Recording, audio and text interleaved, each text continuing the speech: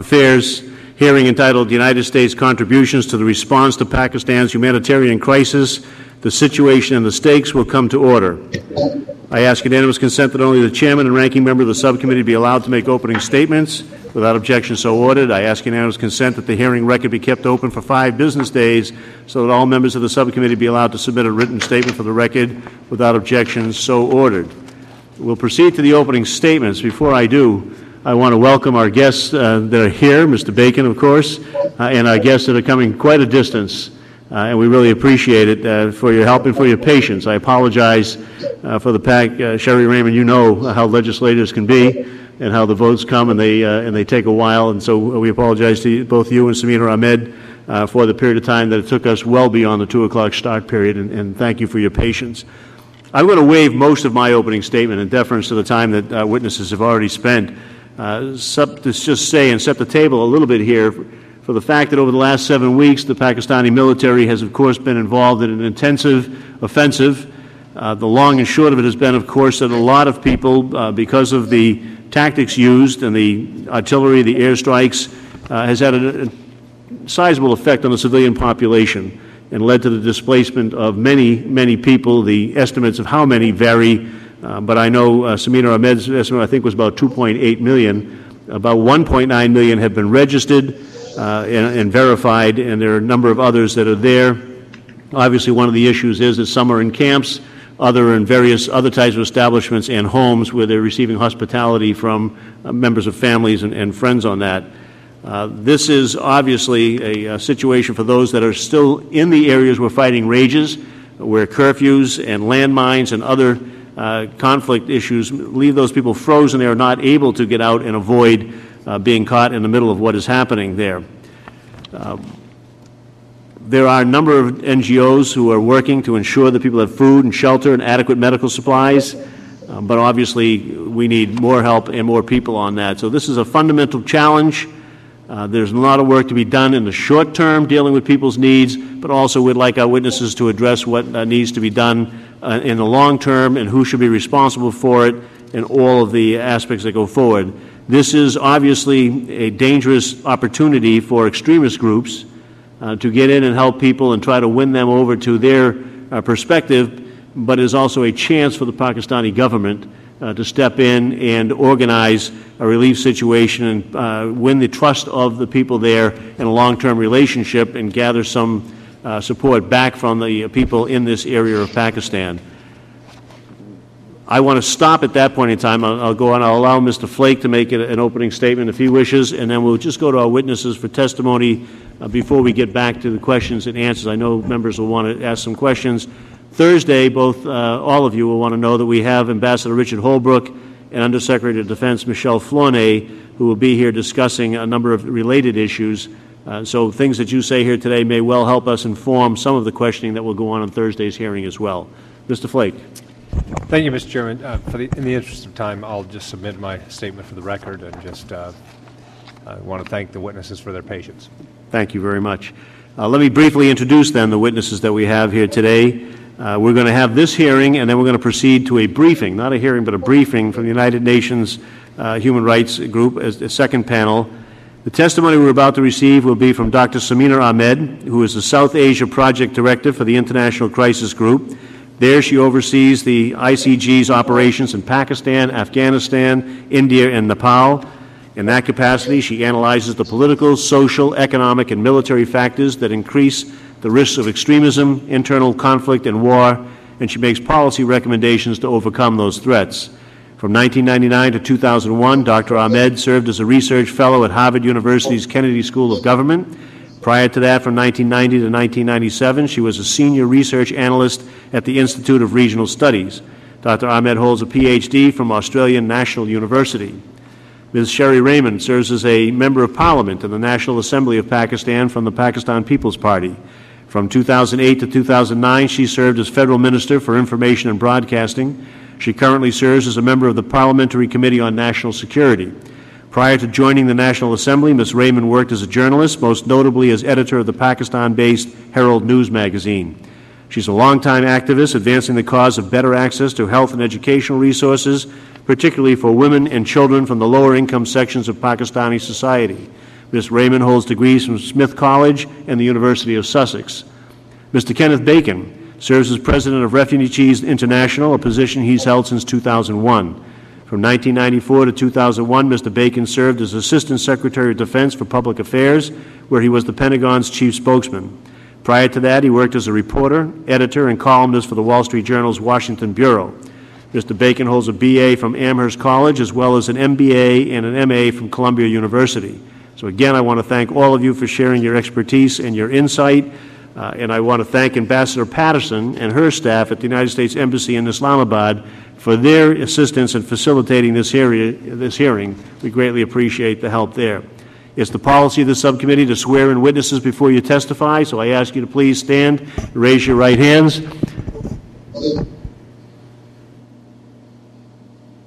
Sherry and Samina, would you please stand and raise your right hands as well? There you go. Is there any persons that are going to help Mr. Bacon testify? He'll want them to do the same. Do you solemnly swear to tell the truth, the whole truth, and nothing but the truth? The record will reflect that the witness has answered in the affirmative.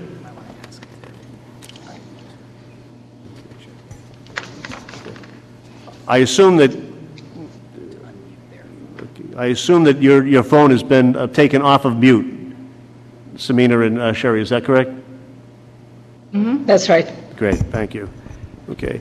Dr. Ahmed, would you be kind enough to start with an opening statement?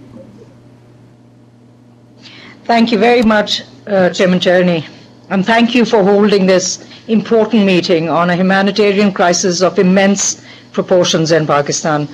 You have laid out quite clearly the dimensions of the problem and the reasons for it. Let me just say this, that we in the crisis group have been deeply concerned about not just the peace deal that led to this particular crisis in the Malakand district of the Northwest Frontier province, because clearly it was again a peace deal that allowed the Taliban to expand their control, and once there was popular discontent and of course US pressure, the military took action, but that action, as you pointed out, was hasty, it was ill thought out, and has led to this massive exodus of people.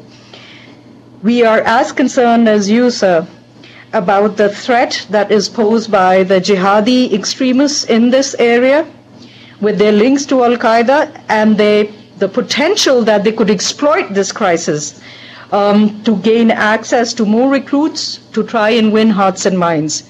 That is why it is so important that relief, reconstruction, rehabilitation must take place in a way that meets the needs and empowers the communities. Let me say this, sir, that these are people who have fled a brutal Taliban rule for all practical purposes. They want to see an end to the militancy, the presence of militants in their areas. They want to lead normal lives. They want to go back home. The US and its assistance has been greatly welcomed in Pakistan, but there is much more that can be done. It's important for the US to understand that this is not just, and as it should be, a humanitarian operation and meeting humanitarian needs, but it also serves US national security interests. If we see the jihadis, as we are already witnessing on the ground, taking advantage of this situation, then we have a problem on our hands. We will see the militants making a comeback. We will see them expanding their control once again. So it's equally important for us for the government of Pakistan to understand the importance of not allowing banned organizations such as the Lashkar-e-Taiba's latest reincarnation, the Falah-e-Insaniyat Foundation, from operating in these regions.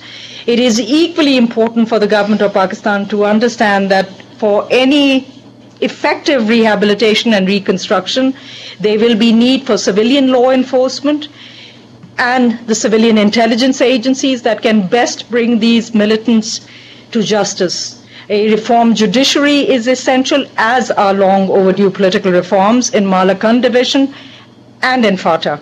These IDPs are not only from, let me stress that, from Malakand division. The 2.8 million or so are from Malakand, but there are 500,000 IDPs from FATA as well. Here is an opportunity for the United States and for the Pakistan government to win hearts and minds.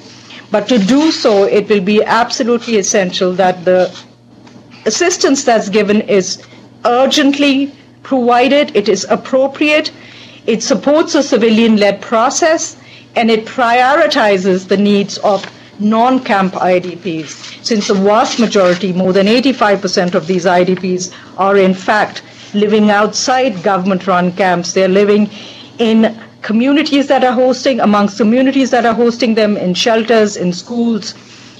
It's important to think outside the box on how this assistance should be provided. We, in our report, Crisis Group issued a report on this on 3rd of June, have said, look, think about cash-based assistance for income, for education, for health, for vocational training. It pays dividends.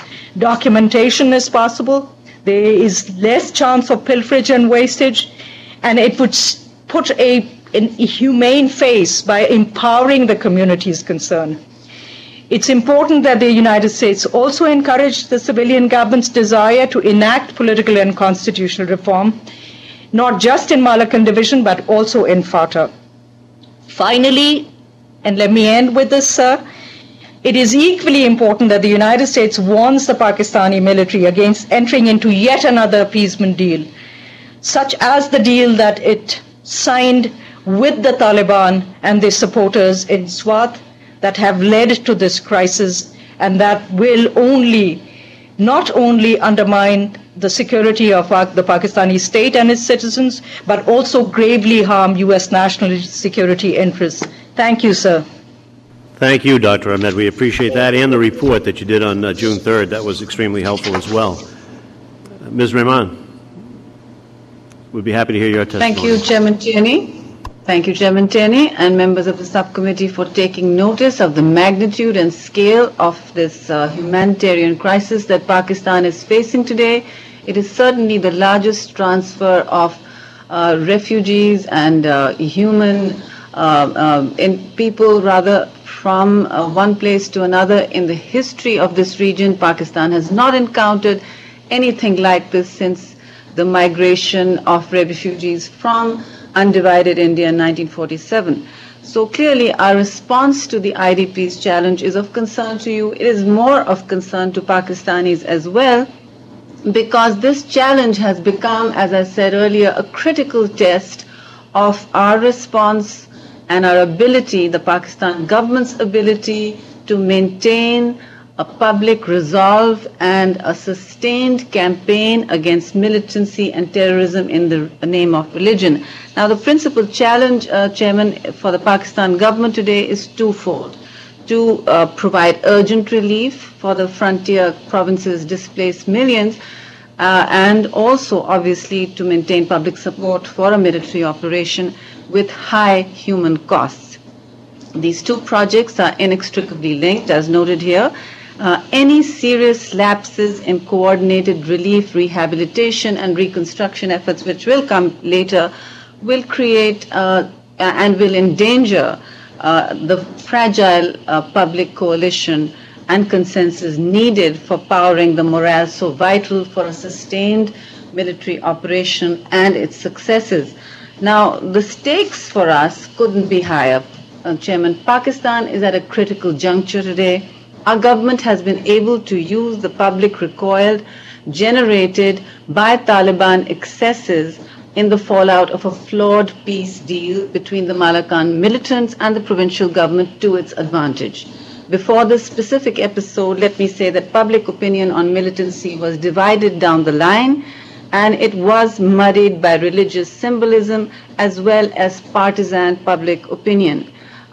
Even today, as we speak, many religious parties and other leaders have little hesitation. These are non-mainstream, but they're very much in the public discourse, have little hesitation in condemning the campaign against terrorism as an American-sponsored strategy with little gain for Pakistan. And they do conflate the suffering of the IDPs with the failure of the state to reach a consensus through dialogue with the militants. And as mentioned already, the peace deals that have resulted in the Taliban regrouping jihadist forces, gathering space and momentum, have been fundamentally flawed, certainly in the Pakistan experience, and have almost always generated this kind of jihadist counterbalance to the state's writ. Now, for us, this is as much a project of reclaiming lost territory, reinstalling the Pakistan flag, but also of expanding the writ of constitutional rule, guaranteeing fundamental entitlements which were seriously endangered under the Taliban rule, empowering state institutions to function in a sovereign democratic plurality. Now, I have to state here at this point that time is as much an enemy to this project as terrorism. Why I say this is because the displacement of nearly 3 million people over a period of 3 weeks has caused a huge overstretch on government capacity on multiple fronts. In fact, the figure I have today from government, which includes the earlier tribal area refugees referred to from Bajaur, numbers to a staggering 3.9 million. Now, this is unprecedented in the history of the region, and I would think probably the world. The equation is again very compelling and simple. If the trauma of internal migration, subhuman camp conditions, of curfew casualties, and lost family members is not mitigated and relieved soon, we will see human anguish beginning to drain public resolve for the military operations, which I stated is very essential for reclaiming the writ of Pakistan in many areas. So the longer this humanitarian crisis goes on, our space for the larger existential battle against terrorism shrinks, and public confidence in government also obviously goes down. These camps remain hotbeds and sanctuaries for recruiting a larger mindset towards terrorism, and we have to guard against the state's right now overstretch and provide as much assistance, both from civilian support and international assistance, in terms of immediate relief and food security operations. A concern that is emerging now is that as the theater of operation expands towards the tribal areas, which it has already, the pressure of another wave of refugees will and may trigger a fresh crisis. And a main issue of concern is that once terrorists are flushed out, they will be able to or may be able to escape through routes via the Afghan border, especially via Waziristan. And this prospect of a return and regroup of Malakand once they find sanctuary, perhaps in Afghanistan, will reverse all gains made at such high human cost. So this is something to think about, and we feel that the U.S. can and should intervene in perhaps in the with Kabul in the Trilateral Commission to start maximizing opportunities for border interdiction at this point, because there is very little symmetry in terms of the effort Pakistan's putting in on the border and the other side, especially from, obviously, Kabul. Now, the other thing that is of concern is that there is a sense that the international community has been slow to respond to the crisis. Only a small amount of $430 million pledged has actually been translated into goods and relief, and I cannot help but reiterate the magnitude of the crisis and the ability of government to cope at such short notice and with overstretched abilities. The UN also has warned that its appeal of $543 million in emergency aid is still unmet, and if by July, I would say in a week or so, the deficit in international commitments continues at 80%, which it is right now, food supplies to the camps will be severely compromised, and of course this will represent a fresh humanitarian disaster. Oxfam has also testified to this, and so has the World Food Programme. And the government of Pakistan has allocated 50 billion rupees in the budget for RRR efforts, but I fear that these will be diverted to food provisions and urgent supplies in terms of relief, again, taking away from the cash grants so vitally needed per refugee and the space needed for reconstruction and rehabilitation. The international community can certainly provide the resources for the Pakistan state to emerge as a major welfare agent, and obviously we are in a moment of opportunity here to put jihadist groups that have been using welfare activities as a cover to funnel, to carry on their aid activities, to carry on their proselytization, as well as other activities. And we must obviously use this opportunity in partnership with the United States and other members of the international community. But I must state here that there is a concern again on the ground that while all governments in Pakistan have shown a below average ability and capacity to execute budget allocations, there is no comparison to the aid reflux of US money when it is rerouted back through intermediaries and earmarked contractors. Basically, the sense here is that we are getting something like 40 to 50 cents to each dollar of aid money that comes through earmarked contractors, and that is something that we need to look at.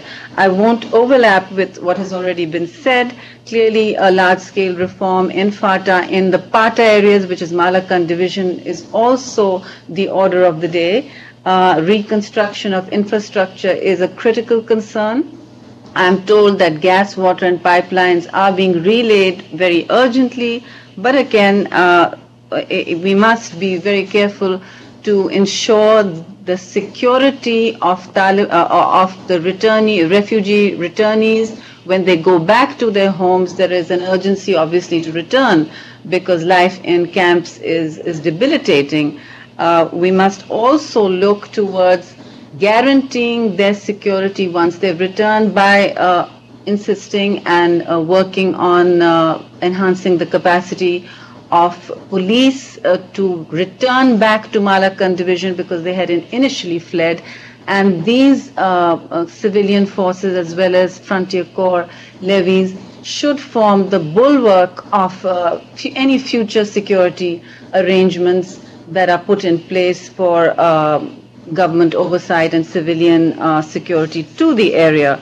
One area of concern that is being stated is that there is a little sense again of how much what the cost Pakistan has incurred in terms of this ongoing battle.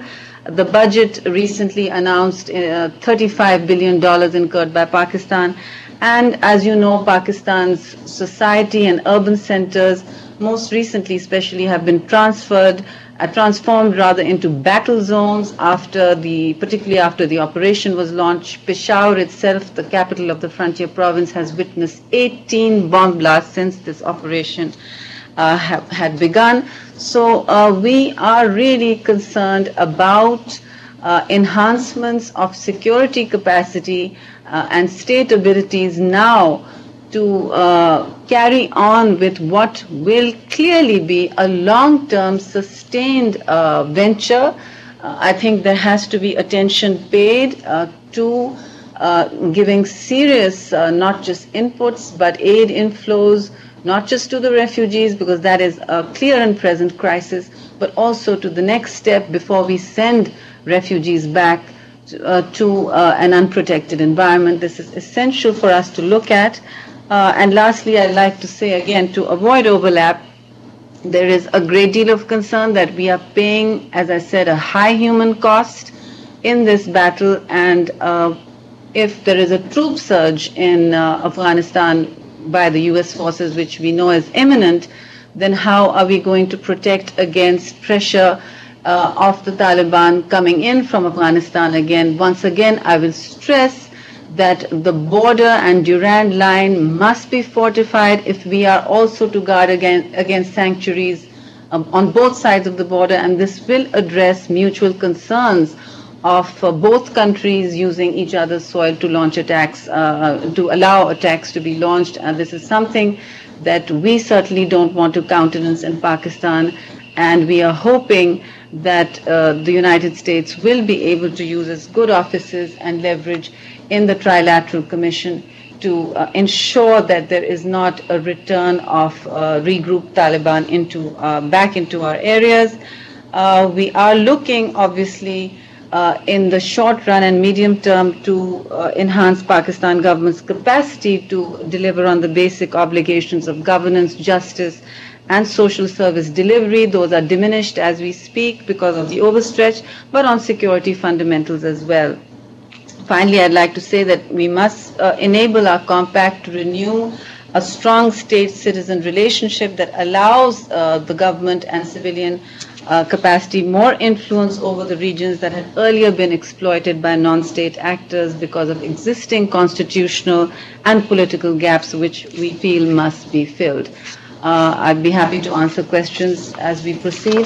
I think a lot more needs to be said, but thank you once again for providing this opportunity for us to give our inputs. Well, thank you very much for your comments, and of course your written remarks and articles that you've written have also been shared with the committee, and we'll have some questions for you after Mr. Bacon's testimony, so thank you.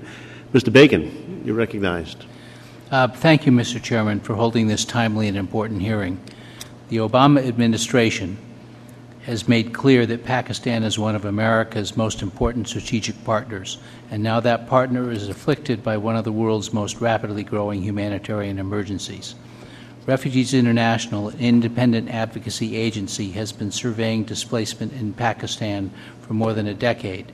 Pakistan generously hosted millions of Afghan refugees during the Soviet occupation. This crisis is different because it involves the displacement of Pakistanis and because it has arisen so quickly. Sadly, the current humanitarian challenges are likely to get worse before they get better. The government of Pakistan is expanding its current campaign against the Taliban into South Waziristan, which could trigger additional displacement, and the monsoon rains are about to begin, complicating the provision of supplies and raising new health and sanitation challenges such as cholera. As a Refugees International team recently returned from Pakistan where it surveyed internal displacement, it found that, one, the needs are enormous, as most have fled without anything and sought shelter in camps or with relatives. Two, the UN and aid agencies are struggling to respond to the most pressing needs, but funding has been scarce. Furthermore, the funding that has been pledged has not been distributed expeditiously to meet the needs that have arisen, nor in the most effective way. Three, relief efforts have so far been focused on camps, whereas the vast majority of the displaced, over 80%, are staying with host families who are quickly running out of resources. One aid organization has reported pockets of starvation and trauma amongst the population remains a protection priority. Women and girls are particularly vulnerable. Changes in the way the United Nations and the Pakistani military are operating could reduce displacement and improve humanitarian response. 5, all parties, the U.S., the UN, and the government of Pakistan, must prepare for further displacement. And 6, it is premature to expect internal refugees to go home. An independent team should assess the sustainability of returns. To respond to this humanitarian emergency, the UN issued at the end of May a $543 million humanitarian appeal. This latest appeal includes emergency relief projects by all UN agencies and a number of international NGOs, and calls on donors to respond generously and immediately to one of the largest displacement crises in the world. Despite the urgency of the situation and the strategic importance of the region, the response has been insufficient and the appeal remains severely underfunded, with only 26% of it pledged to date. The appeal for food is less than 50% funded. The protection cluster of the appeal is only 1% funded. To date, the U.S. has been by far the most generous donor, with $164 million during this fiscal year. A further $200 million request was submitted by the Obama administration for Congress for emergency funding to aid organizations, as well as to meet traditional levels of U.S. funding to the UN Refugee Agency and the International Federation of Red Cross and Red Crescent Societies. It is encouraging that the conference report for the pending emergency supplemental has the House and Senate agreeing to an emergency appropriation of $225 million. Equally important, the funding should be directed toward the International Disaster Assistance Account to assure it is distributed efficiently to meet the needs of internally displaced people. I hope that Congress will quickly approve this request. The humanitarian community in Pakistan has praised the U.S. Office of Foreign Disaster Assistance for deploying an emergency team in the field and for responding quickly to funding requests from NGOs. It is crucial that Congress support these efforts and approve the supplemental request so it can be quickly distributed. Despite having a donor coordination group, other donors have been noticeably absent until now or shown limited generosity. The European Commission's Humanitarian Office just announced a €22 million contribution, while the UK so far has provided £22 million. But much more needs to be done if the international community wants to respond effectively to humanitarian needs. Today, Her Majesty Queen Noor Al Hussein, a member of the Refugees International Board of Directors, and I are sending letters to the Office of the Islamic Conference and to foreign ministers and ambassadors of Arabic countries, urging their generous support of the humanitarian appeals. I've attached a copy of that letter for the record. The lack of sufficient assistance to the displaced is already having serious consequences. According to the UNHCR, most of the new arrivals in the camps were previously staying with host families. They can no longer afford to do so and are therefore resorting to putting up with heat. The temperature rises to about 110 degrees Fahrenheit during the day, and poor living conditions in the camps. The government started to distribute 25,000 Pakistani rupees, roughly the equivalent of $300 to each IDP family, but is now backtracking, saying it might only distribute the sum of money to half of those registered, as it is unclear where it will be able to get the funds. This is both a humanitarian and a security challenge. In a development that Refugees International has witnessed elsewhere, and which my fellow witnesses have commented on, the vacuum in assistance is being filled by politically motivated actors to gain popular support and allegiance. According to international and national aid agencies, political parties active in Pakistan have set up shop in the camps and amongst host communities and provide various services, from distributing fans to providing mobile phone cards to the displaced. The majority of international aid organizations and UN agencies work through local partners because of their expertise and their ability to access remote areas. Many Pakistani organizations also obtain their funding from foundations and donations in parallel to the UN cluster system. Local organizations are a critical part of overall relief effort because they have in-depth knowledge of the environment and sustain programs over an extended period of time. From a financial perspective, they are also much more cost-efficient than international NGOs, as their overheads are much lower.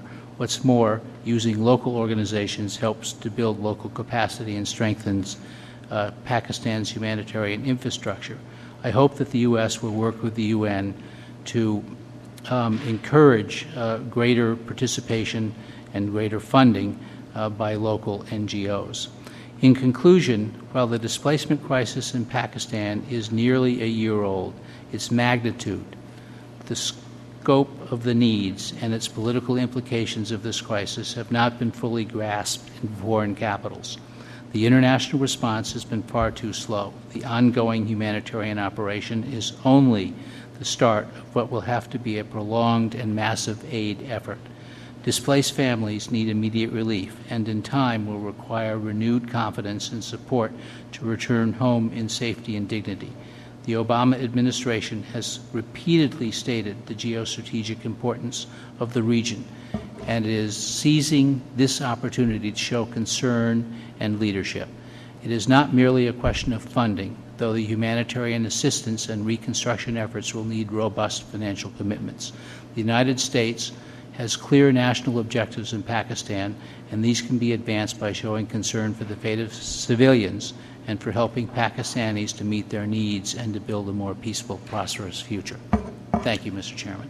Thank you, Mr. Bacon. I appreciate it. Thank all the witnesses for their testimony. We're going to go into a period of questioning here. We generally do 5 minutes for each member and then circle through again.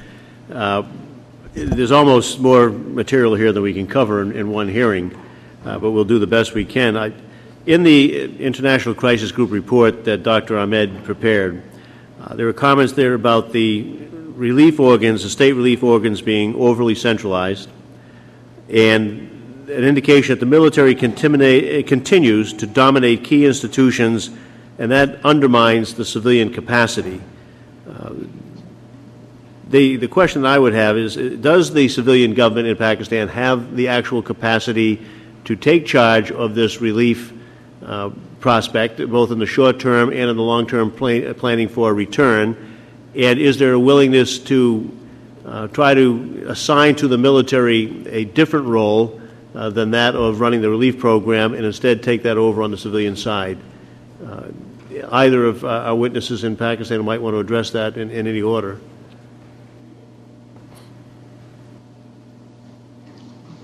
One of the problems lies in the fact that the civilian institutions have, as a result of almost a decade of military rule, certainly lost some of the capacity that they originally had. This is not to say that the bureaucracy, the civil bureaucracy, and the civilian government lacks the capacity to plan, lacks the line ministries of the civilian government, lack the capacity to implement, and certainly, and it's very important right now for us to understand, you need a civilian face even more so because of the history of this conflict and how it has unraveled.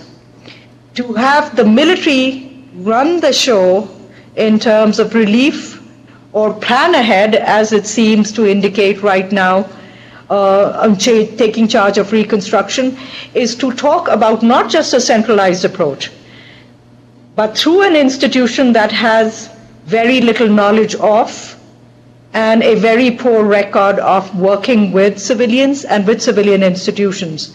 This undermines that entire process of ensuring that communities are empowered and that they are a part of the process. As my fellow witness said, local NGOs exist, they have the capacity. Local governments exist, they have the capacity. Elected governments exist. And let's hope that we can build that capacity as opposed to falling back on strengthening the military, which serves neither the purposes of that institution nor the interests of the IDPs. Thank you. Ms. Raymond, let me ask you this, then. Do you agree with Dr. Ahmed's assessment? If you do, what is the Pakistani government, the parliament, and the Prime Minister doing in terms of asserting leadership on the relief effort? Well, I think what's going on here is that over the last few weeks, we have seen camp realities literally transform, and that really has been an effort of mostly local government in the frontier province, which is done through the Emergency Relief Unit, ERU. And certainly there is room for expanding the civilian component of all aid and relief and rehabilitation activities. Perhaps in reconstruction activities, yes, the military might be a better partner for the heavy lifting part. This is not good.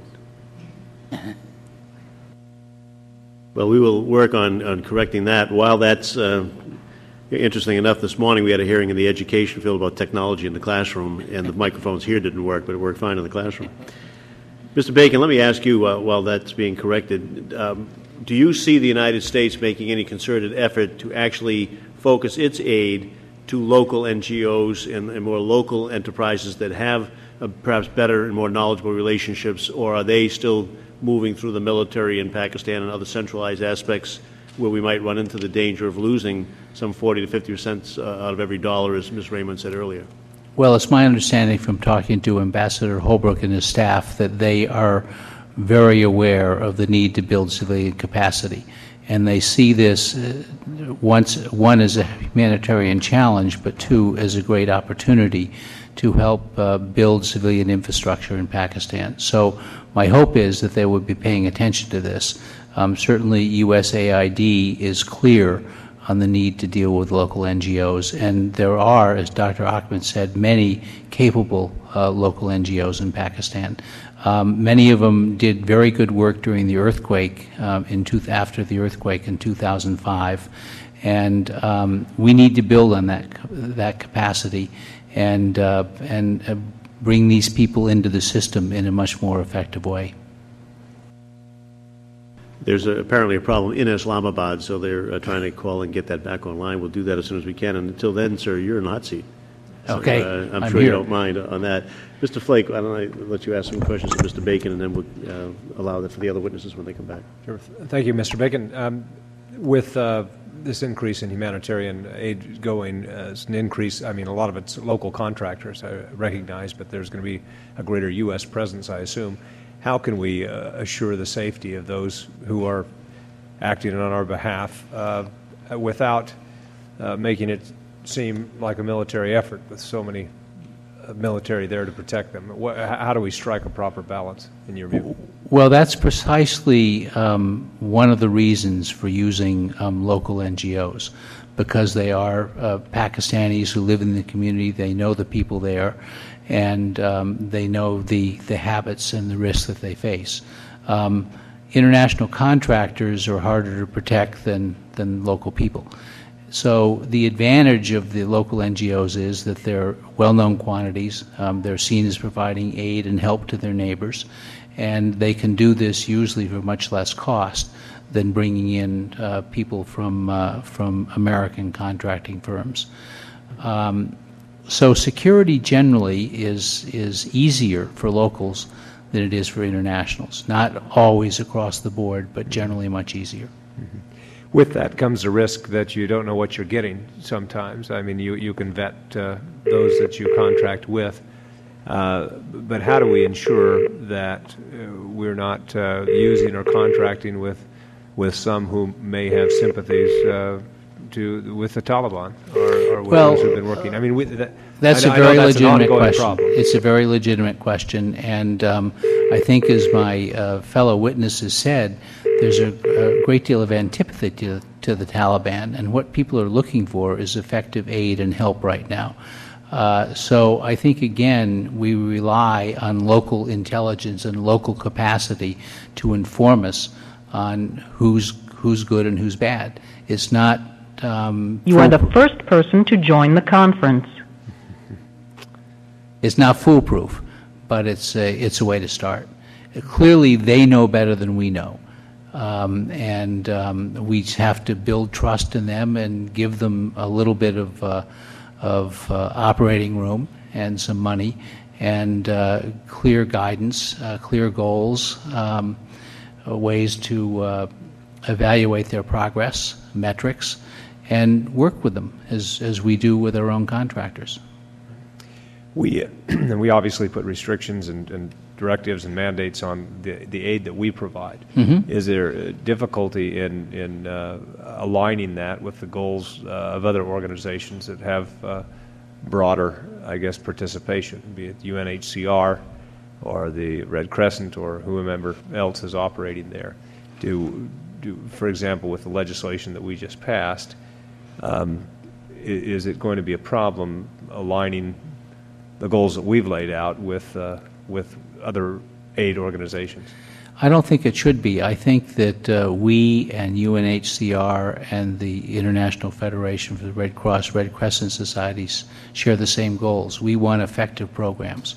We want displacement to end. We want poverty to end. We want to find ways to work together. So I don't think this should be an issue at all.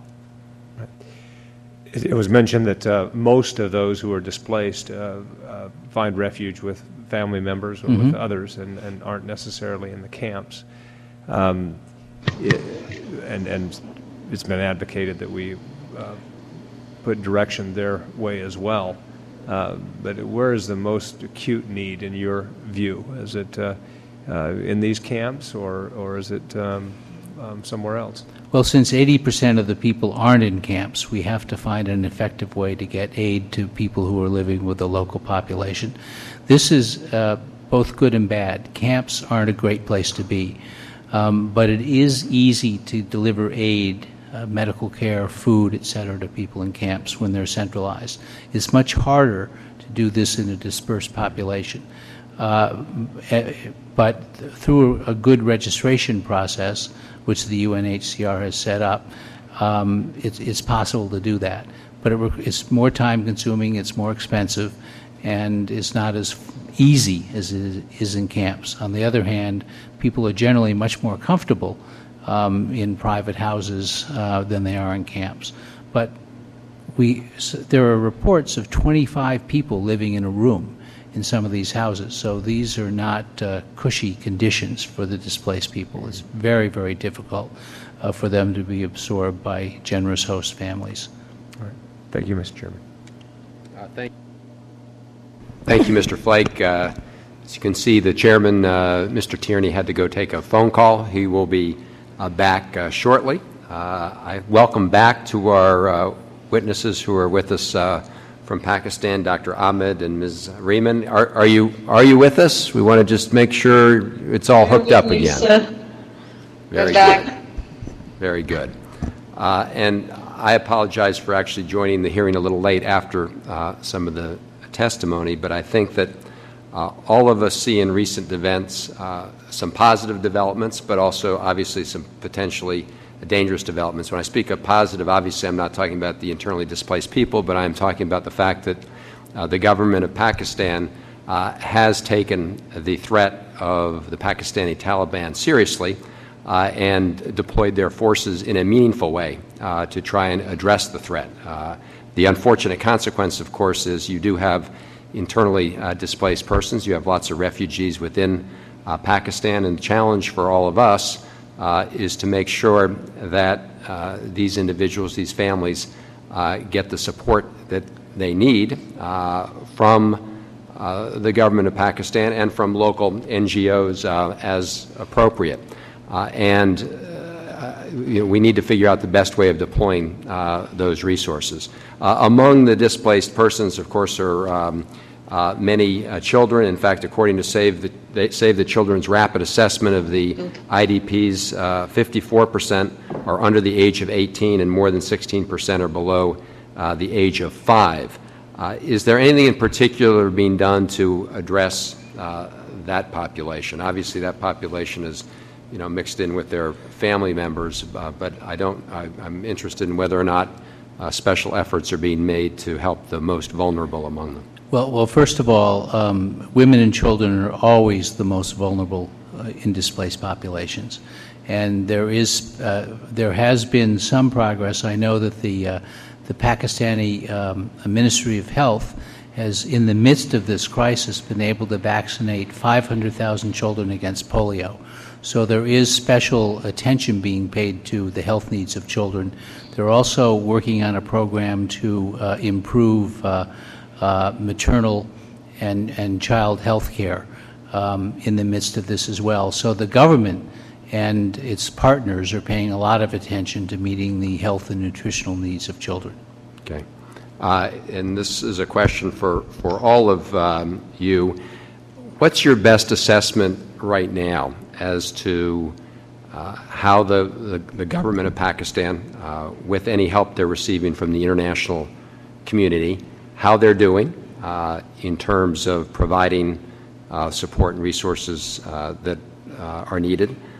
And juxtaposed to that, how would you assess the extent to whether some of the components of the Taliban are able to take advantage of this situation to try and provide social services as well? Because, as we all know, this is in some ways a race for the hearts and mind and a fight for the hearts and minds of the people in these areas. And when you're hungry and displaced, you will turn to services wherever you can get them.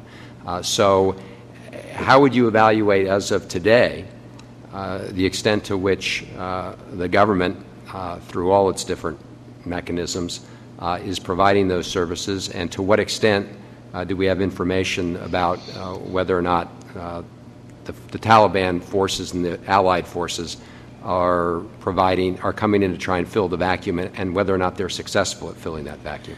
Well, it's a very comprehensive question, and probably my Pakistani colleagues could better answer. But first, I would state that I hope that the government of Pakistan can find a less disruptive and intrusive way to launch this military campaign, one that concentrates more on reducing or limiting displacement. Two, I think the government is doing a good job, but it is not getting the support it deserves from the rest of the world, and it needs far more resources than it has. Three, I do believe that it's an opportunity to build local capacity, and they should concentrate more on doing that. And four, in terms of the Taliban, it's my assessment, and I have not been to Pakistan recently, that the government has a great opportunity to show its concern for the people, and in fact is seizing that opportunity. And the Taliban is quite has created a lot of antipathy on the part of the people. So this again is another opportunity for the government. Thank you, Dr. Ahmed and Ms. Raymond. Is the government of Pakistan? If I may address that. Yes, the government of Pakistan, as stated earlier, is extremely overstretched. Number one, because of the magnitude of the crisis, it is very difficult to register and even track down families that are outside camps. The UNHCR certainly has set up a process. So has the database, the national database in Pakistan. It's called NADRA. The process is difficult. Pashtun traditions also make it a challenge for officials and a state administration people to go inside homes. Many may be more comfortable than they are in the camps, but they are certainly not living in conditions that are anywhere near optimal or what they were used to in their own homes. They're mostly situated in homesteads and patios on outside on the ground in people's homes. 25, 50 plus are coming in to be accommodated by each family. So this is a major issue, and I think that there will be an overstretch even on Pashtun hospitality. So we may have to worry about a larger influx into school buildings and camps that we see overused. Now, as far as health interventions are concerned, I think, yes, the health ministry has been working very hard, both the provincial and the central, but here we do need a great deal of assistance. It's not just a question of vaccinations. Women are, especially Pashtun women, remain inside their tents. They are mostly not able to go out except some girl children. And the temperatures are very high. They are not. They don't have access to lady doctors and lady health visitors, which are sorely needed in much higher densities, certainly at the camps. And the camps, you must understand, are a site of daily anguish on 51 channels of Pakistan's television. It really does produce and refract an image of a state that is allowing its citizens to suffer, whereas that is not the case. But the point is that whatever the government is doing at this point is not enough, and while civil society has stepped up to the plate recently, and again the good news is that every week you do see a change in the availability of services in each of the camps. The pressures on the camps in terms of sanitation and health care remain very high. Yes, there is at least a week of food security guaranteed, but there's a much higher need of organized health interventions, as I said, as well as community participation, which is now, of course, becoming more and more available. but we do need to coordinate these efforts better, avoid duplication between international agencies, and certainly not to avoid pile-up and centralization in provincial hubs such as Peshawar, where you see a lot of wastage of resources, even in the international agency offices. They are unable to cope with the numbers and the magnitude of the refugees coming in. So, to repeat the case, that there is a great deal of assistance still required, and perhaps some management deficits also on the ground to be addressed in terms of coordination. Thank you very much. I will, Mr. Flake. Yes, since I wasn't able to ask a couple of questions, let me just ask with regard to. I'll ask kind of the same question that I asked Mr. Bacon. How do we balance the desire to use local groups and local NGOs with the fear that some that you might be contracting with might have sympathies with the Taliban? Are partners able to discern those links, or is that something that we should be concerned about?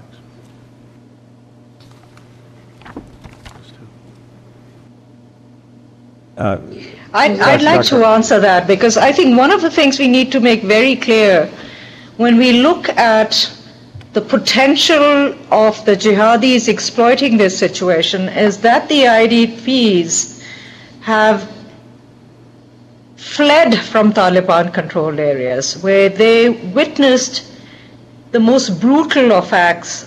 There were murders, public executions, women deprived of work, children not allowed to go to school, public property seized. This population sees the Taliban as criminals, and so they are. What is important now for us is not do local NGOs have sympathies to the Taliban, other than the jihadi groups and parties that obviously have sympathies with the Taliban. You don't see that either with the mainstream parties or with mainstream local NGOs. If anything, as Ms. Rahman stressed, there is at this point in time in Pakistan a real opportunity, because not just in the Northwest Frontier Province but countrywide, there is now an antipathy to the Taliban and a great desire to see the state assert its writ, to see law enforcement, to see rule of law, to see justice, and to see these criminals brought to justice. What's important for us now is to make sure that this opportunity that exists is exploited to the fullest. Because if we don't, the jihadis will. Well, on that point, if I might, are there some jihadi-related relief efforts going on in some of these areas at the moment? And I'm assuming that that's what we're trying to get away from. How does the local population react when we try to ban those jihadi-related relief efforts? Or is that not one an of the issue? jihadi groups that has been, yes, go ahead, sorry. One of the jihadi groups that is operating there is a banned group. This jihadi group was allegedly responsible for the Mumbai attacks. This jihadi group was banned once by the Musharraf government, re-emerged under a changed name, and it has resurfaced again under a changed name. It's the responsibility of the Pakistan government, and I think it's important for the United States to point that out to the Pakistan government, to make sure that a group that is declared a terror organization by the UN Security Council, that is banned as a terror organization by Pakistan under its own laws, is not allowed to operate. But then when we're talking about the NGOs and the local community organizations, we're not talking about an organized jihadi group such as the Lashkar-e-Taiba. It is important, though, that Islamist political parties are also there and have set up their own activities, and that's again an exercise of attempting to win hearts and minds. Have they succeeded thus far?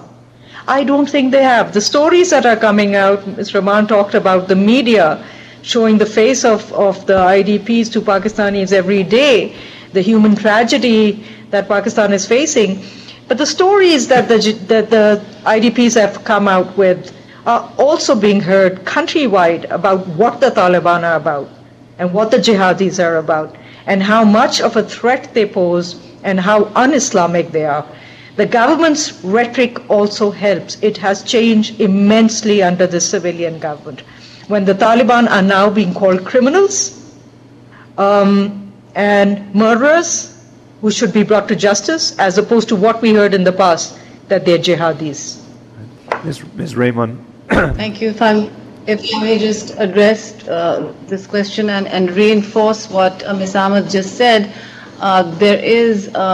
there are obviously some groups working on the ground, and most of them are also religious parties. Like all other political parties, people have set up camp, but it is nothing like the jihadist intervention in terms of aid relief that we witnessed in the earthquake of 2005. I'd like to clarify that that is not happening, and there are less and less takers for very overt Taliban interventions or jihadist interventions and Islamist groups. Certainly there are welfare boxes and charities and tents operating everywhere, and they sometimes take cover in religious parties, tents and offices as well.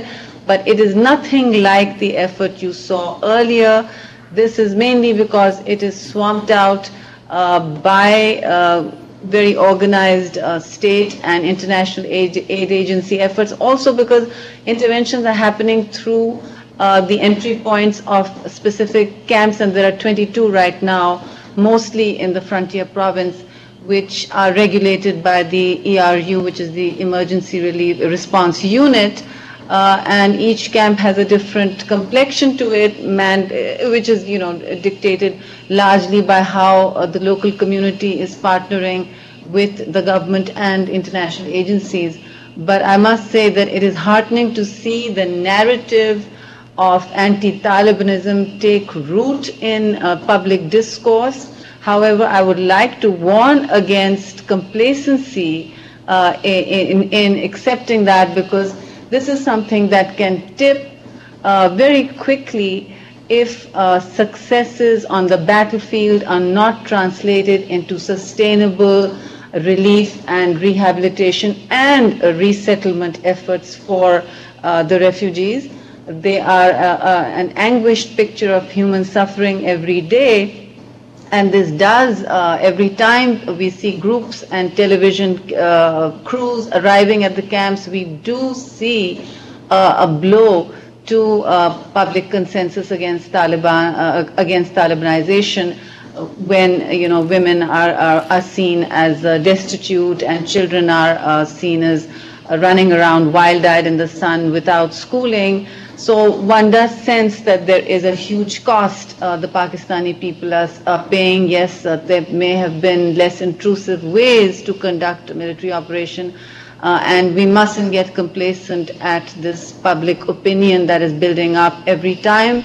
As I said, there is public anguish over the IDPs' suffering and the humanitarian crisis. Questions are, and hard questions are asked in the public domain about the efficacy and long-term gains that we can make and hold in terms of a military operation, as well as the political gains we make from it. So I think this is something we have to capture and maintain without public momentum of looking at how we resettle eventually and provide relief in their areas is very important for the IDPs. Thank you. Thank you. Let me ask each of our three witnesses a direct question that probably doesn't require a long answer, but in the International Crisis Group report, there was a recommendation that so-called jihadi groups, that's the word Dr. Ahmed used, be prohibited or banned under the anti-terrorism law from participating in relief efforts. Do all three witnesses believe that that is a wise thing to do? And if it is, what do they see as the impact of shutting off that type of aid to people who may not be now receiving it?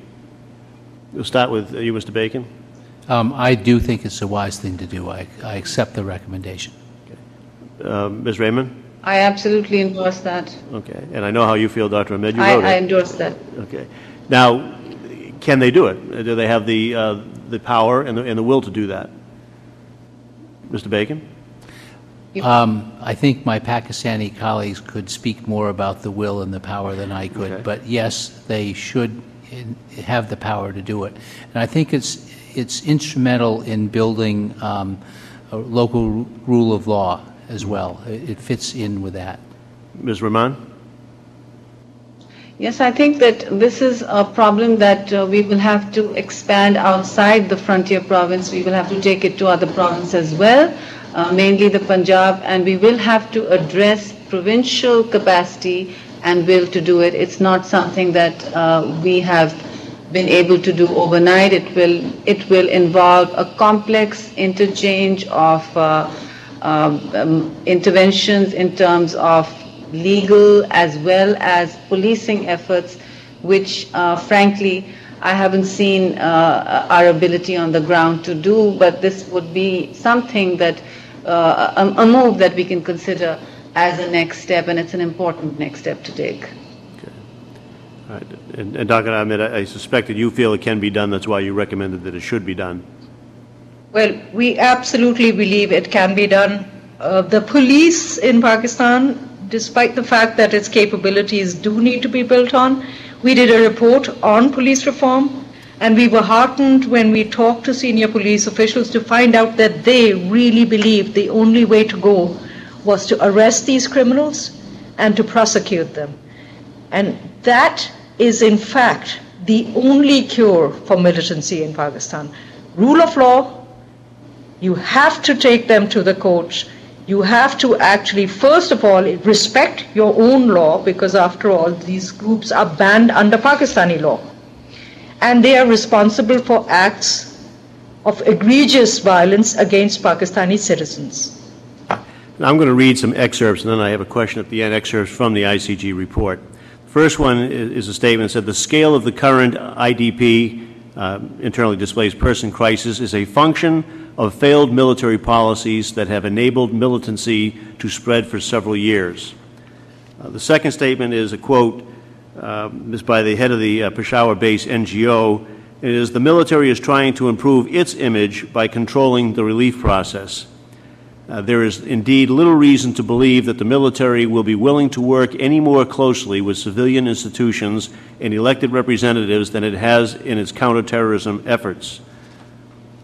And lastly, the military's long-standing links to jihadi networks and its appeasement deals with militants, the latest with the SWAT-based Taliban, have also understandably provoked doubts about its intentions in the current operation. If there's a peace deal, it is conclusive evidence that nothing has changed. There are members of Congress, I among them, who are concerned about giving United States military aid to Pakistan without conditioning that aid on the military's ability and will to not cut another peace deal, but in fact to continue to assert themselves against the extremist forces on that basis, so that the public in Pakistan can have justifiable confidence in them. Condition it upon the military's allowing the civilian government to extend the writ of law to Fatah and the Northwest Frontier Province, and bring the justice system out there and the rule of law on that basis. And members of Congress thought it was important enough to not vote for other items in the supplemental bill because those conditions had not been put in. Now that's juxtaposed, of course, with the $200 million that is in the bill for relief. I hear from each of our witnesses that they think both of those concepts are important. Is there a reason to think that passing the money for relief might not be money well spent if, in fact, the military is going to cut another deal with the extremist elements and not allow the civilian government to take over the relief effort, and, in fact, not do many of the things that we talked about here today?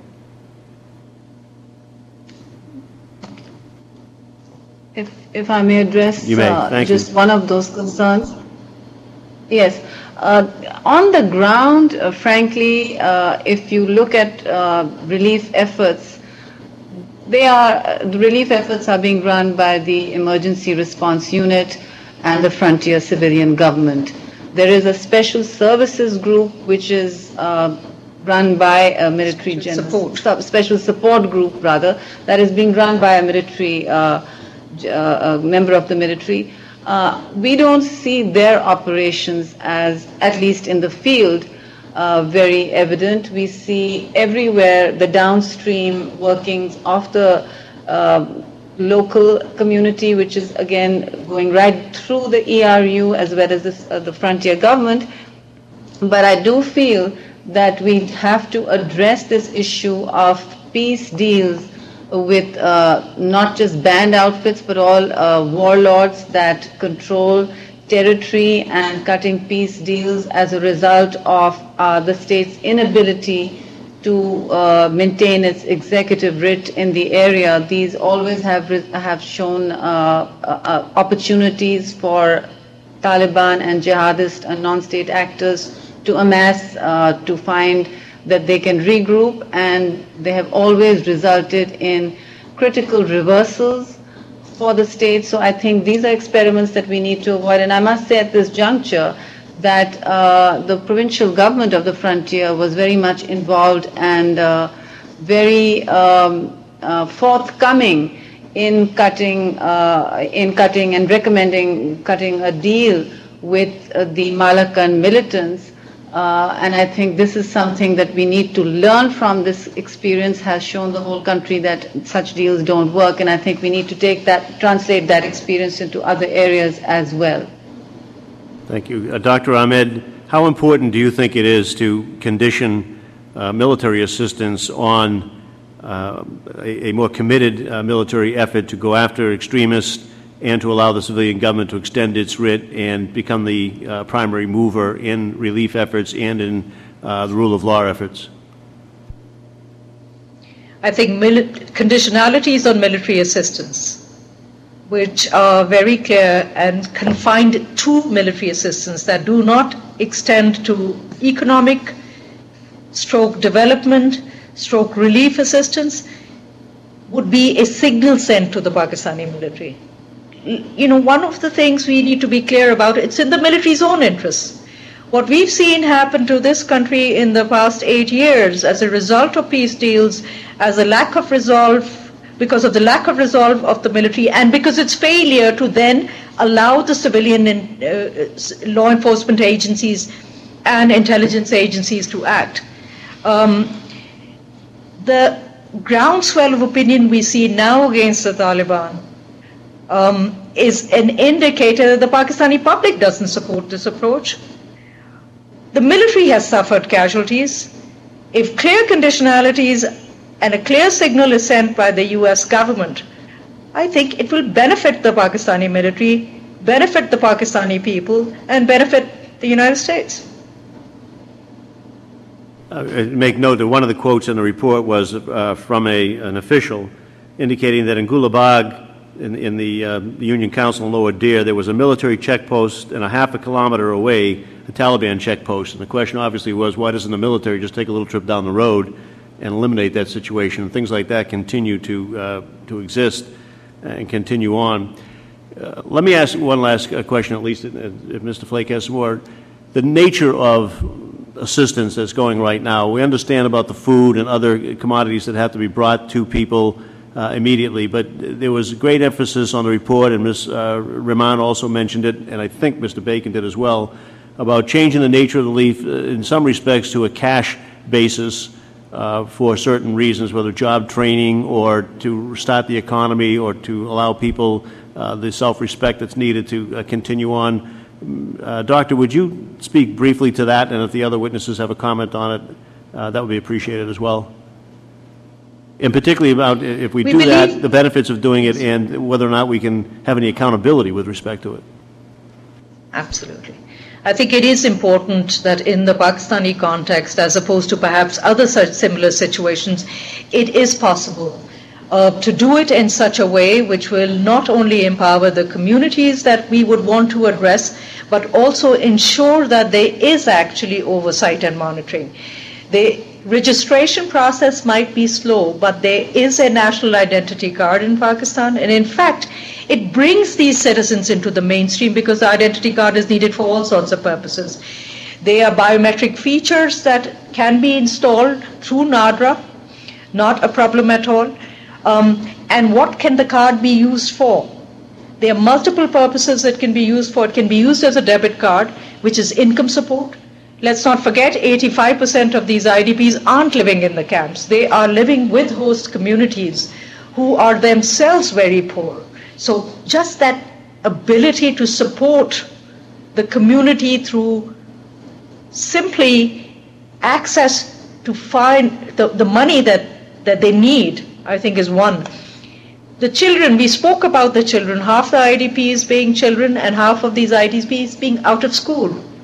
Parents don't have the money right now, but cash for education is something that actually the United States has used elsewhere. So cash vouchers for education, cash vouchers for health, cash vouchers for vocational education. Documentation is possible. There's a banking system in these areas. It is not as though you cannot monitor this far more carefully, in fact, than transferring goods to either the camps or through civil and military intermediaries. Well, thank you very much. Yes, I think cash transfers would be very useful at this point because it would empower the actual communities, as Samina said, those that especially living with host communities as well as those in the camps. There is a great deal of anxiety about income opportunities being lost through displacement as well, and there is a danger of mass destitution always at such crisis points. I'd just like to add that yes, there is an income support program and documentation process underway right now, but that too needs support because we have an influx of refugees all the way down into the south, into the city of Karachi, which has become the largest Pashtun city in the world. And this is something we need to consider all the way downstream. All reforms, all programs that we are looking at now must now move outside the frontier province as well and bring into their ambit refugees dispersing all over the country, particularly the very volatile city of Karachi, which is beginning to see ethnic community unrest, which is unfortunate. But I'd like to just take the opportunity to mention your question, speak to your question about conditioning aid. Yes, while U.S. experience has been obviously difficult with old military funding and where your coalition support funds did go, and there have been issues of transparency in the past. I think right now the atmosphere is politically very sensitive in Pakistan with the IDP crisis.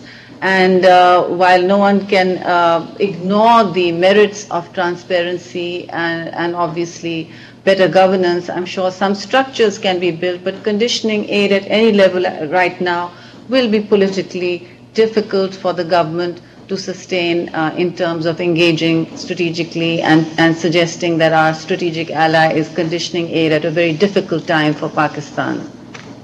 Hey, Ms. Raymond, does that go if we separate out the civilian aid money and not put conditions on that and condition only the military money? Do you still feel the same way?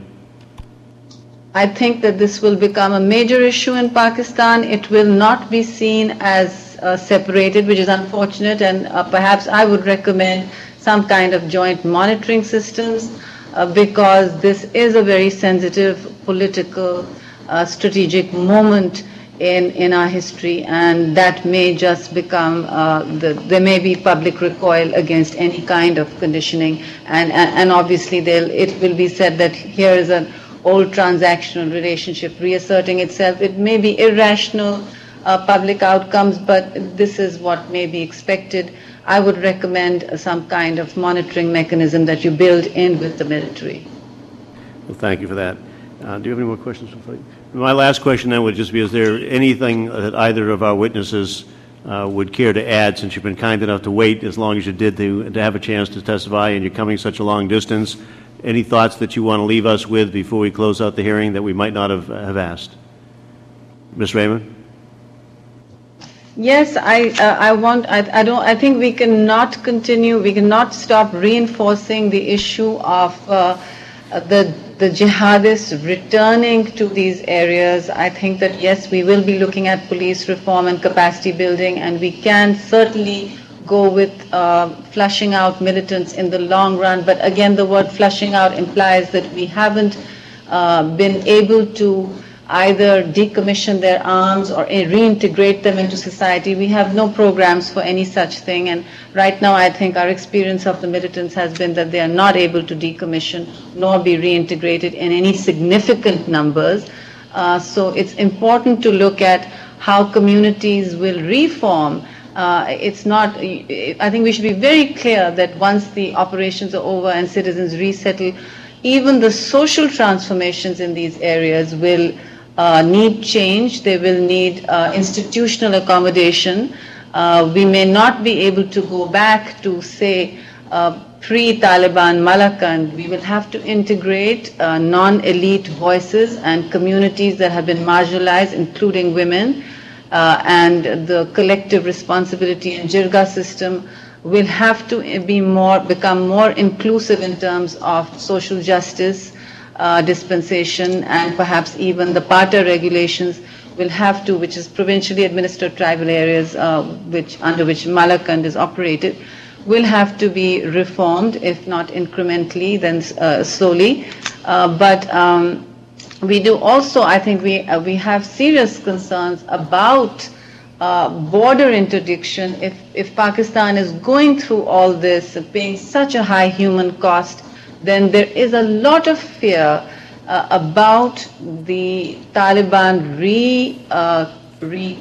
rejoining some of their colleagues, and some old redoubts may be reinvigorated. We feel that the escape routes through South Waziristan and North Waziristan, and all, of course, the border agencies of Pakistan and Afghanistan must really be strongly interdicted if we are not to see a return of the Taliban and again reversals made both on the battlefield and in the communities that we have displaced today. Thank you very much for your testimony May today I and for add? those comments. Dr. Sure. Yes. May I just add this, that I think it's really important for us to remember that what we are seeing right now is the result of a peace deal. The Taliban expanded their control, not because of their allies across the border, but because they were allowed to, through a peace deal signed with the local authorities devised by the military. There is some indication that there will be operations conducted in the Waziristans, but there are also indications that some of the Taliban groups might be considered more acceptable than others. I think this is a hugely dangerous trend. It's essential that the United States makes it clear that no peace deal with any violent militant groups that actually believes in the jihad, not only within Pakistan, but across Pakistan's borders, into Afghanistan, in India, and even beyond India in the West, is acceptable. I think it's equally important to remember the other thing, the framework of this relief reconstruction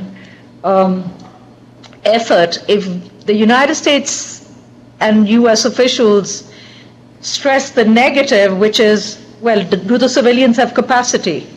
Then I think they will lose the opportunity of helping to build that capacity.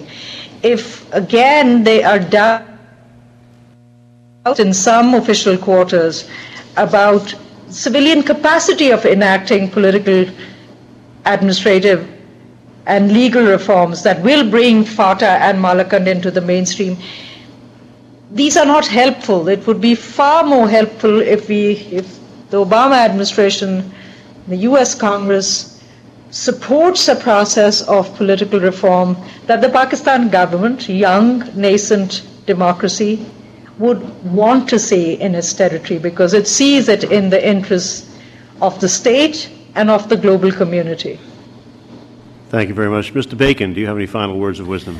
Thank you. I just would like to go back to one point I made, which is we need to guard against premature returns. All refugees want to go home, and everybody wants them to go home, but we have to make sure that when they go home to secure and sustainable communities. If they go home prematurely, this problem will not end.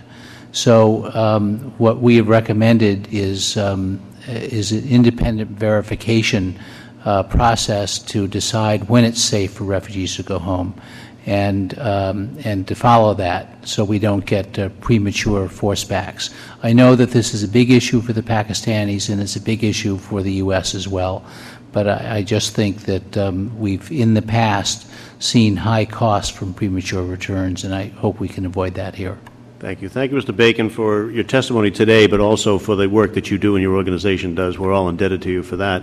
Thank you, sir. Dr. Ahmed, thank you for the work that you do in the International Crisis Group in various places throughout the world. It's always helpful to have insightful facts and information, and you provide that on a regular basis. And I know members of parliaments and congresses around the world rely on that work and appreciate it a great deal. The Honorable Sherry Raymond, thank you for taking your time today. I know things are very busy over there, and you were very nice to take your time and give us your valued opinion and insight into what's going on. I know that I speak for all of my colleagues, I would suspect, and we say how sorry we are that you have such difficult conditions in Pakistan at the moment, and we wish you only the best in dealing with that situation, relieving the suffering of so many people. As you know, Congress has acted and is in the process of acting again to try and have some relief to that. We know that everybody working together can make it as comfortable as possible for people in an already bad situation, and we only wish you the very best in making that happen as quickly as possible. So again, thank you all very, very much for your testimony. Thanks again for all of our witnesses. Thanks to the folks at the embassy out in Islamabad for helping us with the hookup on that. And with that, this hearing is adjourned, and we'll now proceed to our second panel, which is a related briefing. Thank you.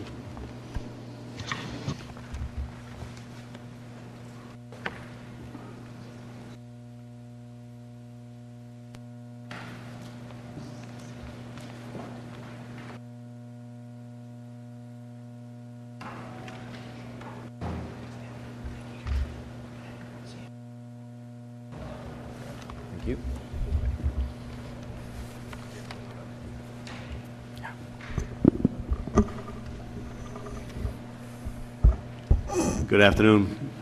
Good afternoon. Thank you for joining us. I'm sorry that there was so much delay with the votes earlier on and pushed you back a little bit. Now I want to make sure we get started on this so that we have votes coming up in a little while, and I don't want to inconvenience you and make you have to wait for after those votes.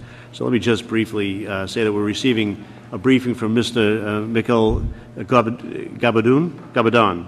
Yes. Gabadon, from the Office of the United Nations High Commissioner for Refugees. Take a note that the United Nations High Commissioner for Refugees staff member, Mr. Alexander Vorkapich, was killed in last week's hotel bombing in Peshawar. On behalf of all of our colleagues here, certainly Mr. Flake and I and the staff here, we want to express our condolences to his family and to his co-workers at the UNHCR. It serves as a reminder that you have so many staff over there who are in dangerous conditions repeatedly and have the bravery to put themselves in that position and sacrifice themselves and their families. Mr. Gabadon serves as a regional representative for the United States and the Caribbean for the United Nations High Commissioner for Refugees. His career with UNHCR expands more than 25 years and includes services in Africa, Asia, Latin America, America, and Australia. So the frequent flyer miles are building up.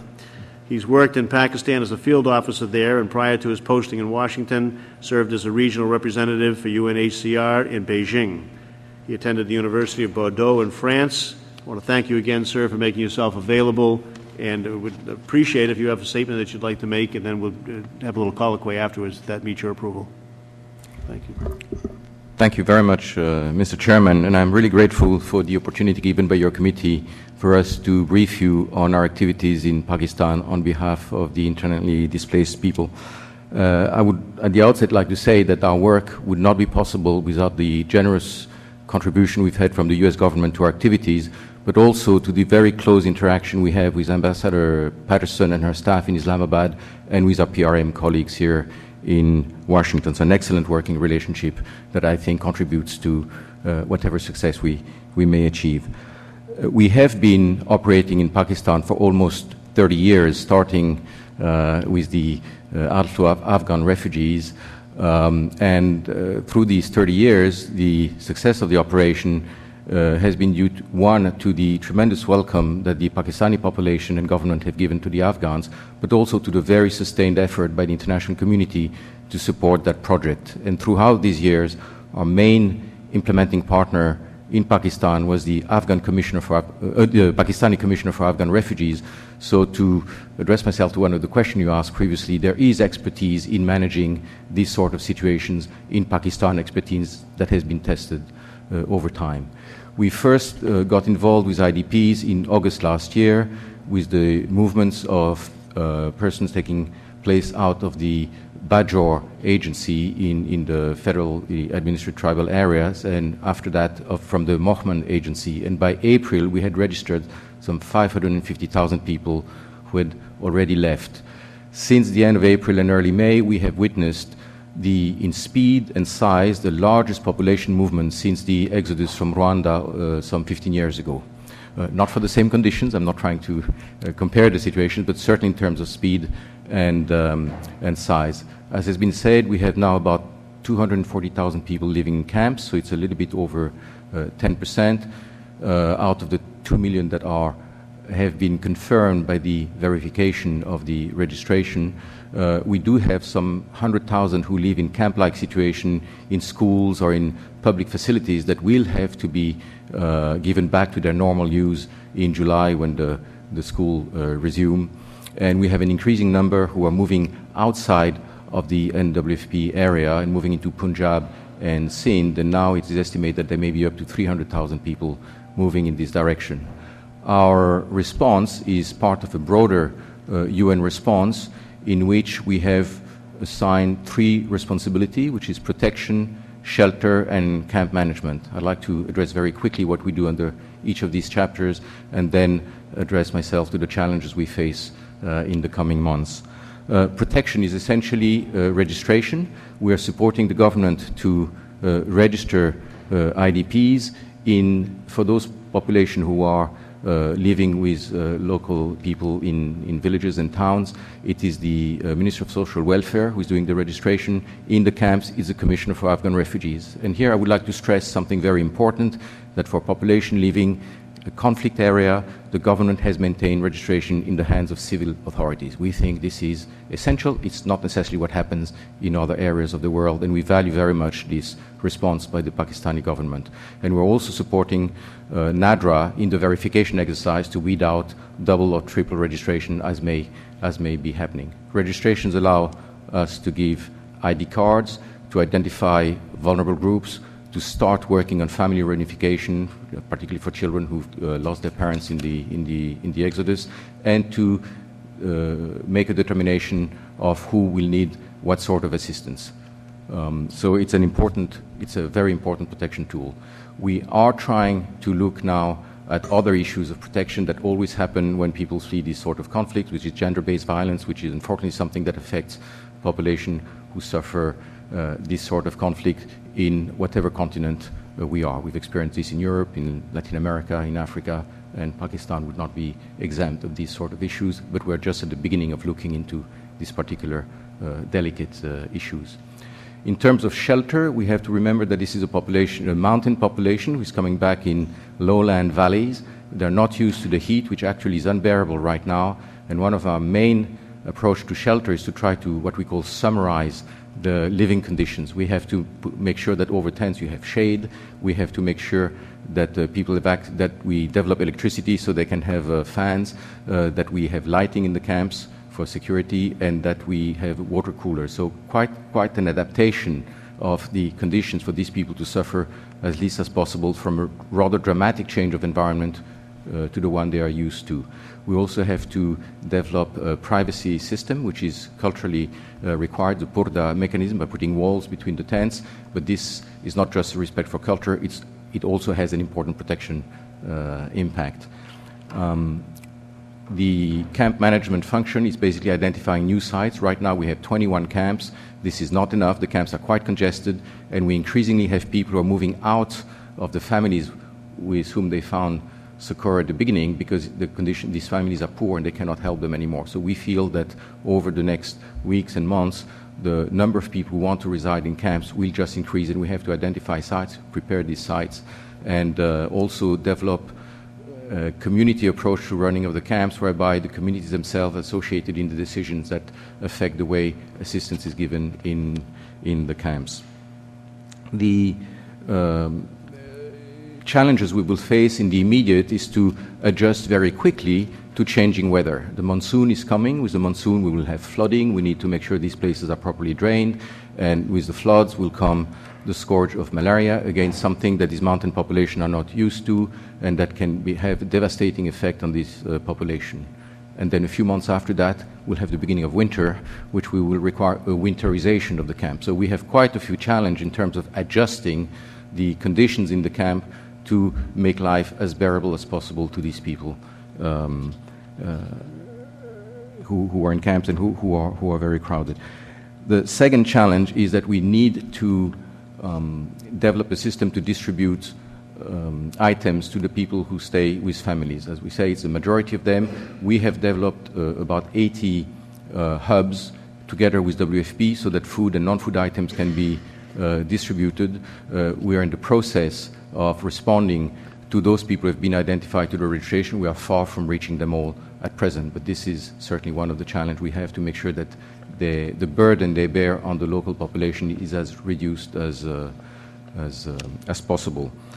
We want to register those who have left for Sindh and Punjab. The government is not very keen for them to receive assistance, I suppose because they don't want to generate a pull factor, but at least we want to be able to register them so they have this ID and therefore they have a protection mechanism. So that's another spread out of our operations further into Pakistan. The next major challenge will be the preparation for returns, and I cannot subscribe more to what Ken Bacon said before. We all want people to go back. As soon as they go back, the better, because life in camp is not something which is wished for, and could generate some symptoms of dependency, and life in local families bears inordinate pressure on the local population. But returns have to follow a certain series of principles. They must be voluntary. They cannot be subject of political expediency to just demonstrate that things are better.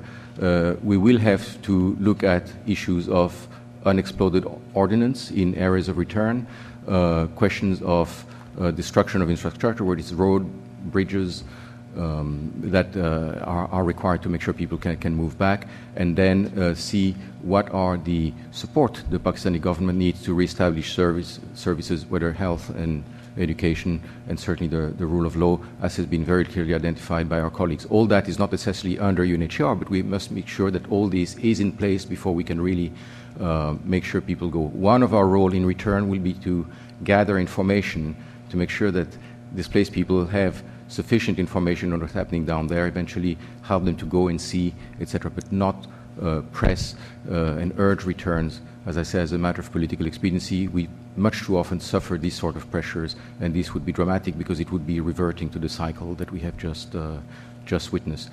In this context, we have two great difficulties to overcome. One is funding. A lot has been said about that. The response of the international community remains rather tepid. We had initially, within the UN, make this appeal for a little bit over 500 million. Our share of that was 105. We got funded for about 40%. Right now, we have reviewed our needs in light of the recent figures of 2 million. We need, just for UNHCR, about 140 million. I suppose that the other agencies will see an increment of the same order, and that means we're funded to about 30% of our needs. And this is not counting on possible additional outflows from Waziristan, where we understand that an operation is just beginning, as was foreseen. So funding is a dramatic constraint. There is, in this country, I think, a proper appreciation of what is at risk in Pakistan. There's certainly on the part of the Pakistani. I'm not sure on the part of the rest of the international community there is such a sense. And in the very words of my High Commissioner this morning, response to this crisis is not just a question of moral obligation because of the dire suffering of the people. It's a question of, as he put it, enlightened self-interest, because our failure to respond carries out security implications for Pakistan and the region, which are quite severe. And the second big challenge we have, you've alluded to it at the beginning, Mr. Chairman, security concerns are important, and we are in the process of trying to balance how can we develop field presence that is efficient in responding to the needs without exposing our colleagues to unnecessary risk. We have to take some risk. We have to make sure these risks are not exaggerated. And we are right now in a review on how we should operate to reduce risk to our staff and to make sure we can keep on working there. But certainly no talk about pulling out. So I'll stop here because I think much has been said before, and thank you very much again for your interest. Well, thank you very much. Mr. Flake, I just invite you to jump in anytime, too. We'll just have a conversation here if you like. Do you see any evidence that the Pakistani government has actually started the planning that will have to be involved for the return eventually of these folks? It would seem that they can't be returning this summer or this winter, and probably in likelihood we're looking at next spring at the earliest. So it gives them a fair amount of time. But do you see anybody actually doing the planning for all that will be necessary to bring people back in a safe environment and one that gives them, as you mentioned, the health care and the education and the jobs structure? At present, I think there is more talk about returns than actual action. The government has committed itself, and this is absolutely welcome, to re-establish public services as a basic condition for return. I think we have to realize that in the past years, civilian administrators of the government have suffered from the insurgency tremendously, murders of doctors, professors, mayors, etc. So there is a shortage of human resources that I'm not quite sure how they will address, but will be a constraint into the reestablishment of these services. But if experience tells us anything, the people who moved from Bajor August last year are still in the camps, and there's been almost no return. So I think it's going to take more time than we think, despite the talks about it. Back on the security issue, with your colleague being killed there just recently, do you employ private security then, did you say before? Or do you employ private security guards as well, and are they augmented by security from local police forces? How does that work?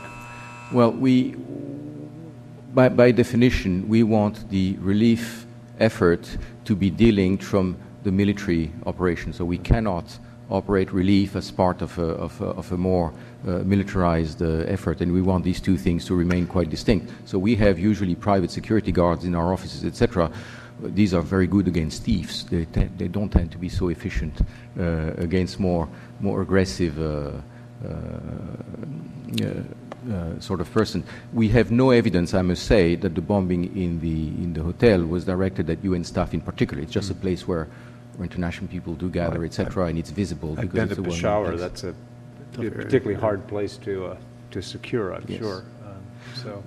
Well, one way we will respond, sorry if I may, is probably by having a lighter-footed presence of international staff and starting to work much more through Pakistani staff.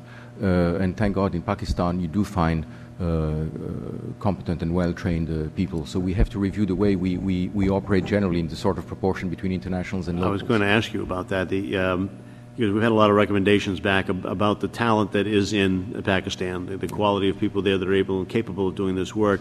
So your organization is, in fact, reaching out to many more of the domestic Pakistani population to try and help with your efforts as well. Yes, I think this is where we are going to go. Our director of the Asia Bureau, head of security and head of emergency services are currently in Pakistan to make a review of our operation after the incident last week, and that will be ready next week, but I think it's going to be in this direction. Okay. Just one other question. Talking about premature return and guarding against that unexploded ordnance or whatever else are the issues, how do you enforce that, or can you? I know it's a difficult balancing act there. Well, if people want to go, of course, this is their choice, and there is nothing you can do. So, and the risk, of course, is that if assistance is not good enough, and their situation becomes terrible in the places where they have found refuge right now, and they go back because going back is the worst alternative, then we have a recipe for catastrophe. If they go because they really feel they have their orchards to tend and they want to rebuild their homes, etc., and we are convinced that the return is voluntary, we have to help them. What we must avoid is pressure for them to go back as a sort of symbol that things are back to normal when all the premises have not been ensured. Security through the removal of ordinances, establishment of services, reparation of infrastructure, etc. How is the urgency going to become spread to the international community? How are they going to be impressed with the urgency of this so that they perhaps step up and fill in some of the gap between what the United States is providing and what the UN thinks is necessary? Well, I'm not quite sure. Right now, as I said, the US has been our main supporter. Europe is not showing tremendous desire to respond. We are trying our best to convince them, as I say, that it's not just a question of moral obligation, but that we all have broader interest in helping Pakistan, and sometime appealing to the self-interest of the nation can help. The High Commissioner will personally go to the Gulf states, I think in a week, to try to also ask for their assistance. They should also understand that they have immediate interest in this situation of getting out of hand. But they haven't been overly responsive so far, have they? No. On that, that's interesting. You mentioned in your remarks about reunification of families. Can you tell us a little bit about the magnitude of that issue? How many families are not just displaced but also separated? Are you finding a high proportion of people in that circumstance or not? I don't have these figures, Mr. Chairman, and I can look into them and forward them to the committee when I have them. We're still trying to sort out information. What we found out recently, and certainly with some of the NGOs we work with, like the International Rescue Committee, there are lots of tents, for example, where you have children only, whether they just guard the tents, whether the parents are doing something, or whether they've been just left there without any indication of where the family is gone. We are not quite sure, and this is something that we have called the attention of the government on that, and we're working with the Commission of Afghan Refugees to try to sort out these issues. As more and more people either leave their host family because the burden has just become too high, or exit the school buildings because they're going to be put back to educational use and the hospitals or other buildings, what is your estimate right now of how many additional camps, sites will need to be constructed over and above the 21 that exist now? I think we're looking at 10 additional sites, but we have to make sure that these sites they can be drained properly, that we can bring electricity, etc. So I do not have the exact details, but I think we are planning for a fairly substantial inflow from people who have already left the conflict zones and are around Peshawar, and who will have to go into camps at some point. I want to thank you, Mr. Gabadon. The work you do is just incredible, and all your staff and the folks that work with you, it's greatly appreciated around the world, but particularly here. Well, the sacrifice and the risk that we mentioned earlier, unfortunately evidenced by what happened last week, just brings it to too stark relief. Thank you for taking the time out of your day to come here and brief us on that. This is information that we need to have to share with our colleagues and make sure that we have the proper response. So again, thank you very, very much. Thank you very much. The briefing is adjourned. Thanks.